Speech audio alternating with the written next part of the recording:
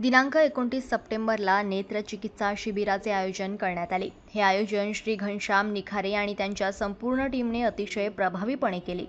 त्यांच्या समर्पणामुळेच हा उपक्रम यशस्वीपणे पार पडत आहे. कार्यक्रमाची मुख्य अतिथी म्हणून श्रीमती संगीताताई तलमले यांची उपस्थिती होती. उपस्थितांना मार्गदर्शन करताना त्या म्हणाल्या, समाजाच्या सेवेसाठी अशा प्रकारचे उपक्रम फार महत्त्वाचे आहे. या शिबिरात मोफत नेत्र तपासणी, चष्म्यांचे वितरण आणि मोतीबिंदू शस्त्रक्रियेची सुविधा पुरवली जात आहे, जे नागरिकांच्या आरोग्य आणि जीवनात मोठा बदल घडवतील. या समाजोपयोगी उपक्रमाचा अधिकाधिक लोकांनी लाभ घ्यावा अशी विनंती श्रीमती संगीताताई तलमले यांनी केली.